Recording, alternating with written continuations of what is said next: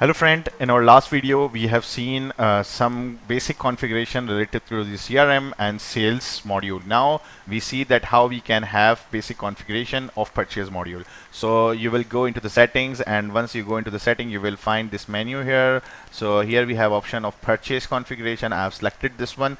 So here on the top I have the order column. So here we can define either we want to have some purchase order approval, so we can select it. So it will automatically have the approvals on the purchase order, and we can set up the minimum amount that at which level it should start the approval process.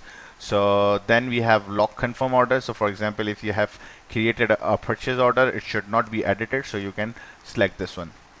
Then for example, if you manage call for tenders and blanket orders, so you can select this purchase agreement checkbox. Then for example, if at any point or any products or vendors you want to manage some warnings, so you can select this from here. Then if you want to have some automatic reminder for the receipts, so you can select this option here.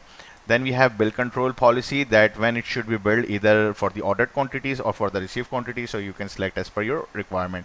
Then we have three-way matching, that makes sure that only bills for which receive the goods you order. So this three-way matching is very important, that for example, if you have not received any item, so it will not allow you to create a bill, so you can select it here.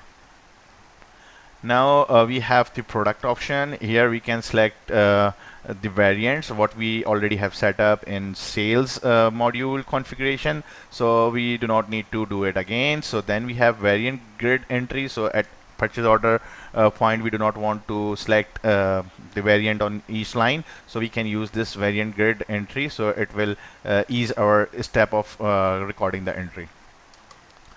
Then we have drop shipping. So for example, if you are managing the drop shipment business, then you can select the drop shipping from here. Now you will just save this, so it will save the purchase configuration. So this is the way you can basically configure your purchase module in Odoo. For more videos, stay tuned with us. Thanks.